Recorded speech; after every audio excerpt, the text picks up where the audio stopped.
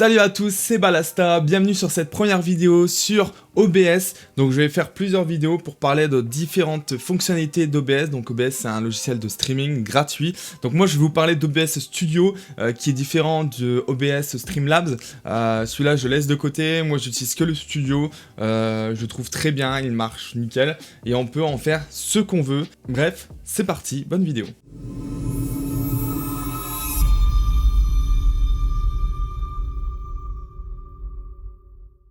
Donc nous voilà sur OBS, donc nous, ce qui va nous intéresser dans cette vidéo, on va pas s'intéresser des scènes, des sources, etc. On va s'intéresser seulement aux paramètres de diffusion. Donc les paramètres de diffusion, c'est là où vous allez définir un profil. D'ailleurs vous pouvez faire plusieurs profils, vous voyez, moi j'en ai plusieurs par exemple, un pour chaque plateforme. Ou alors si vous streamez sur d'autres chaînes partenaires ou des choses comme ça. Et en fait vous allez définir vos paramètres de streaming. Donc cette page, bon c'est pas la plus importante. Vous pouvez mettre le thème, la langue, voilà. Bon le thème moi je mets dark, ça fonctionne bien, c'est épuré, ça éclate pas les yeux. Ensuite, important ici, vérifier automatiquement les mises à jour au démarrage et afficher les boîtes de dialogue pour confirmer le démarrage d'un stream et pour fermer un stream. Ça peut vous éviter des problèmes. Ça peut vous éviter d'oublier de fermer un stream. Ça peut vous éviter d'ouvrir un stream sans faire exprès. Bref, important de laisser ça. Le reste, j'ai pas touché je crois. Donc voilà, c'est pas très important. Ensuite, cette page, très important. Donc, c'est pour choisir votre plateforme sur laquelle vous pouvez stream. Donc il y a Twitch, il y a YouTube, il y a Mixer, il y a Facebook, il y a Restream qui permet de diffuser sur plusieurs streams. Donc sur plusieurs plateformes pardon, en même temps, c'est assez intéressant.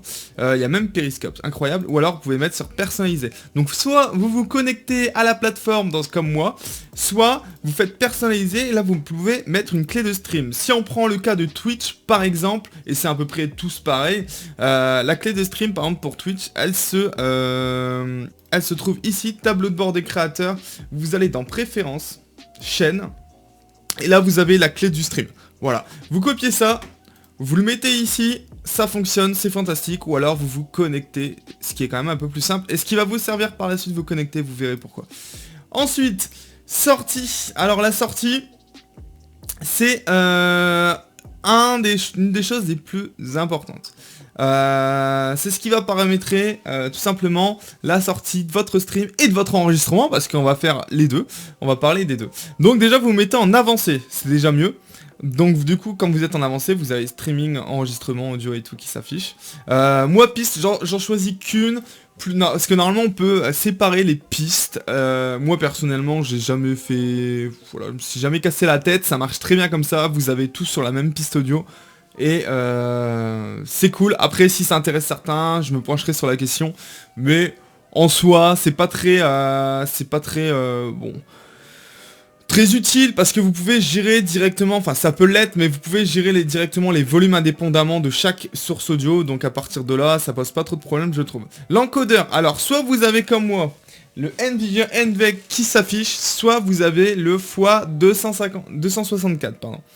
Donc si vous avez le Nvidia, choisissez-le, à part si vous avez une carte graphique de merde, clairement, mais bon, la plupart du temps, vous avez quand même une meilleure carte graphique qu'un Pros, ça dépend.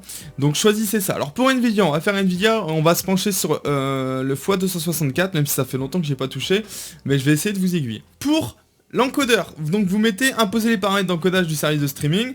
Ici, vous avez la mise à l'échelle de la sortie. Donc ça veut dire quoi ça ? En fait, pour comprendre ce que ça veut dire ça, faut aller dans vidéo. Ici, vous allez définir la résolution de base de votre écran. Donc ça va dépendre. Est-ce que votre PC est plus ou moins performant, parce que ça peut bouffer pas mal de choses. Donc moi, je vous conseille de tester d'abord en 1920 sur 1080, parce que c'est la base du Full HD en fait. Si vous avez un PC où vous jouez dessus, etc., qui n'est pas très puissant, vous streamez, vous faites tout dessus, vous streamez, vous jouez ici dessus, mettez plutôt à 30 s'il n'est pas très puissant, parce que ça risque de vous bouffer pas mal de choses.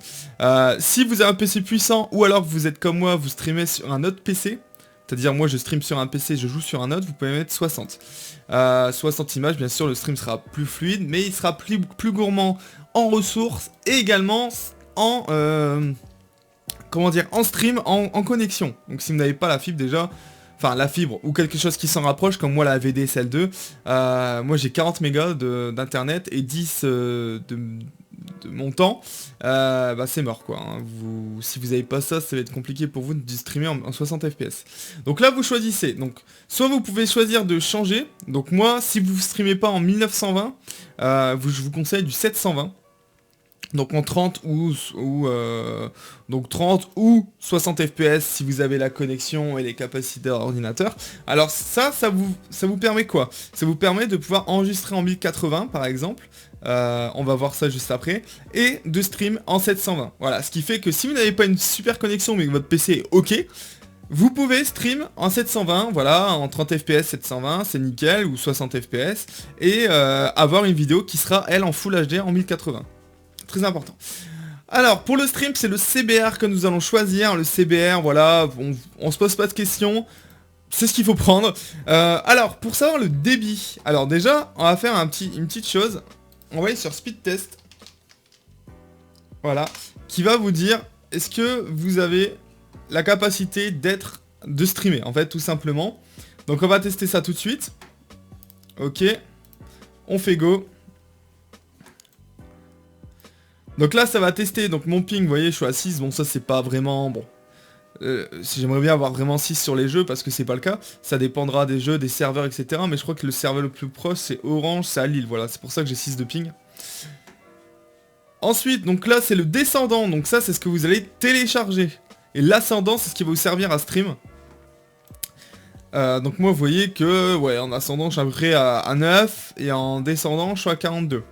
Voilà, en sachant que pour stream, il faut au moins, allez, pour stream du 720, 30 images, je dirais qu'il faut au moins du 4-5, c'est pas mal quoi.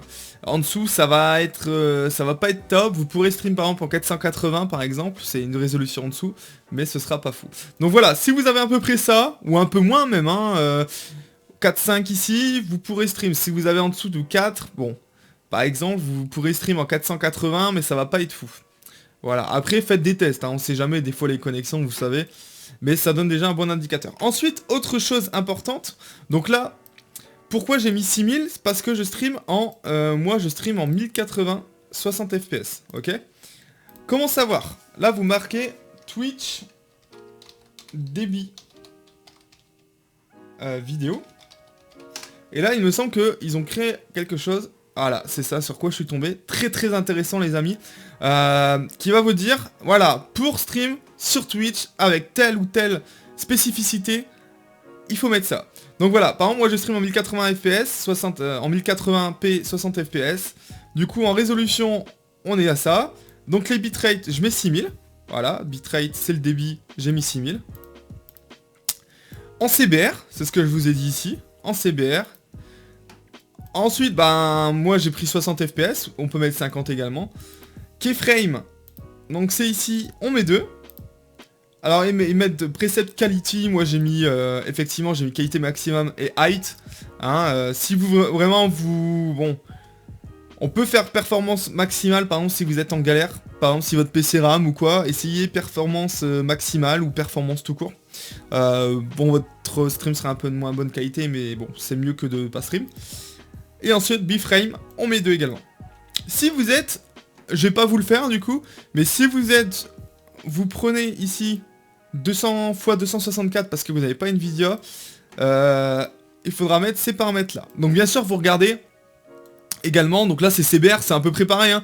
CBR, donc là on est en 60, bitrate 6000, ça ne change pas, de 200, là on va mettre en very fast medium et main height. Voilà, et vous faites pareil pour tout, vous voyez. Là, ça vous montre. Pour stream, pour moi, je pense que le minimum, c'est ici. Voilà, si vous pouvez pas stream en 720 30 fps, pour moi, ça ne vaut pas le coup de stream. Pour moi, hein, c'est mon avis personnel. 480, ça va être un peu dégueulasse. La preuve, ils ne montrent même pas, eux. Voilà. Là, normalement, avec 4 d'ascendant, vous pouvez stream en 720 30 fps. Même peut-être 3. Ce sera peut-être pas la meilleure qualité, mais 3, on est ok. De toute façon, ça, en gros, ça rejoint ici. Hein. L'ascendant, ça va être... En gros, 3, c'est 3000.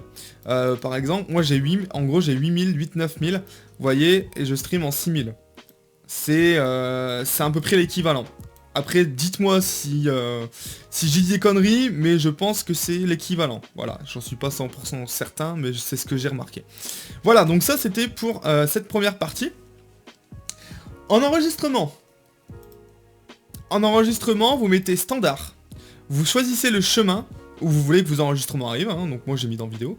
Je crois que par défaut il arrive là, de toute façon. Format MP4, important, c'est pour pouvoir que votre vidéo soit lisible sur Mac, et puis soit plus facilement lisible par les logiciels pour faire du montage, etc. Piste audio, là encore une fois, vous pouvez choisir plusieurs pistes, mais ça, bon, moi je m'y connais pas forcément beaucoup. Encodeur, pareil, vous pouvez mettre 264 ou Nvidia. Ou utiliser le même encodeur que le stream, voilà. Moi j'utilise ça parce que j'utilise, voilà, quelque chose d'un peu différent derrière. Pareil, la mise à l'échelle, vous pouvez choisir un autre format. Voilà, donc moi je vous conseille quand même le 1080, en sachant que l'enregistrement bouffe beaucoup moins de performance sur votre PC qu'un stream. C'est-à-dire que peut-être que votre PC, vous allez tester des streams, ça va pas marcher parce que votre PC est pas ouf, et que du coup ça fait laguer votre jeu. Par contre, peut-être que juste enregistrer, ça fera rien sur votre jeu. Voilà, donc testez, si vous ne pouvez pas stream, peut-être que vous pourrez quand même faire des vidéos sur vos jeux. Voilà, c'est déjà mieux que rien, donc essayez un petit peu. Ensuite, donc le contrôle de débit, là, on va passer en CQP, et on va mettre 25. Alors, me posez pas des questions, alors, le chiffre là, essayez 20, essayez 25, essayez 15 peut-être même. Voilà, je peux pas vous dire ce qui se passe vraiment, hein, là-dedans, je suis pas ingénieur, mais bref, c'est des valeurs, essayez des différentes valeurs, si 25 par exemple, ça ne marche pas, moi ça marche très bien. Intervalle de l'image clé, moi j'ai mis 0. Est-ce qu'on peut mettre en 2? Peut-être que, depuis j'ai pas fait de mise à jour, mais peut-être que comme je suis à 60 fps, peut-être que faire 2 images clés toutes les 2 secondes, ça pourrait être intéressant, je testerai moi-même. Donc vous mettez 0 ou 2, mais bon, je pense que 0 ça marche, hein, moi j'enregistrais jusqu'à présent comme ça, donc il n'y a aucun problème. Là on met qualité à maximale, pardon, height, et nombre de frames, là, biframe 2 également, voilà. En audio, bon moi j'ai mis 128, c'est pas le maximum, mais je trouve que pour l'audio c'est largement suffisant. Faites des tests, mettez plus, mettez moins, mais 128 ça marche très bien, et ça on ne coche pas, enfin moi personnellement je ne le coche pas. Dans l'audio, alors 48 Hz, pareil, si vous avez déjà un stream qui bug ou ça prend beaucoup de capacité sur votre ordinateur, vous pouvez mettre en 44, après c'est pas ce qui bouffe le plus en soi, ça va améliorer la qualité de votre son, donc 48 c'est très bien. En stéréo bien sûr. Alors, là vous allez créer vos sons, périphériques de son. Donc moi j'ai mis par défaut l'audio du bureau, donc ça c'est l'audio que vous allez capturer de votre ordinateur. Le 2 est désactivé. Alors audio, moi j'ai Voice Meter, d'ailleurs je ferai peut-être une vidéo dessus. Vous pouvez mettre soit par défaut, soit vous choisissez la sortie audio. Donc ça c'est votre micro. Donc par exemple moi là c'est ma webcam, ça on s'en fout, ça c'est mon périphérique, donc micro directement, et ça c'est via mon logiciel Voice Meter. Par défaut logiquement il va choisir le bon, mais c'est mieux quand même de choisir celui que vous voulez utiliser. Si vous avez un casque, normalement votre casque va s'afficher ici.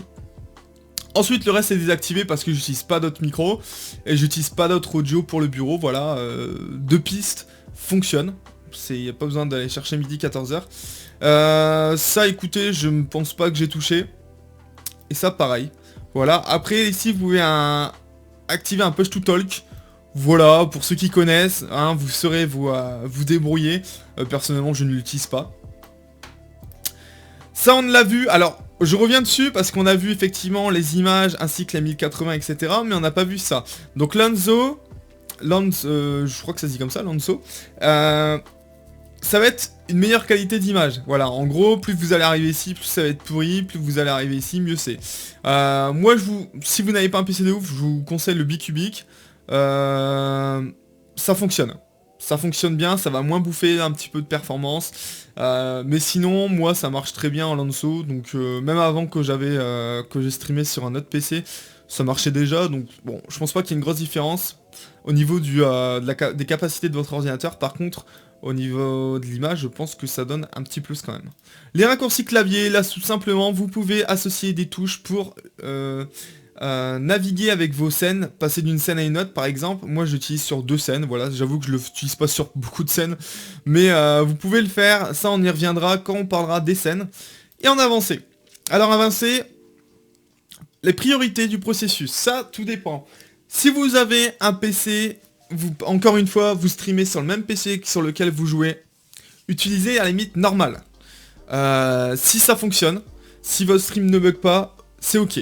Parce que si vous passez supérieur à la normale, il est possible, en fait, votre PC va passer d'abord OBS avant votre jeu. Ou en tout cas au même titre que votre jeu, ça peut faire bugger votre PC.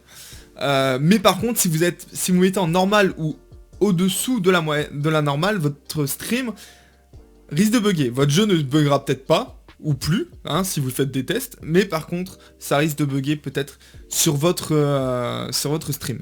Donc essayez de... Bon, moi j'ai mis supérieur à la normale parce que du coup j'ai un PC de stream uniquement, donc ça je m'en fous. Mais faites des tests encore une fois, ça dépend du PC que vous avez.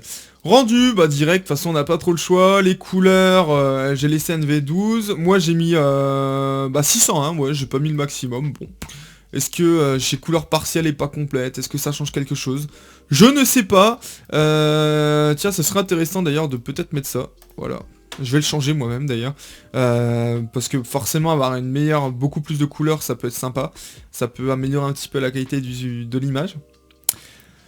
Ça on s'en fout, personnellement j'ai jamais touché et c'est pareil pour tout ça. L'accélération matérielle de la source navigateur, bon, essayez avec et sans. Ça c'est si vous capturez je crois une... Ah non c'est pour navigateur, je pense que c'est pour les alertes Twitch etc. Il est fort possible que ce soit pour ça. Bref, voilà, on a fait le tour. On a fait le tour de tout, hein, du coup moi je suis appliqué, attendez je vais vérifier que j'ai rien changé, du coup on va juste, tiens, tester, là ici je vais mettre 2 également, hop, comme le stream, ok, voilà, c'était un petit aperçu, d'OBS Studio, donc c'est juste les paramètres. Prochainement on parlera des scènes et des sources.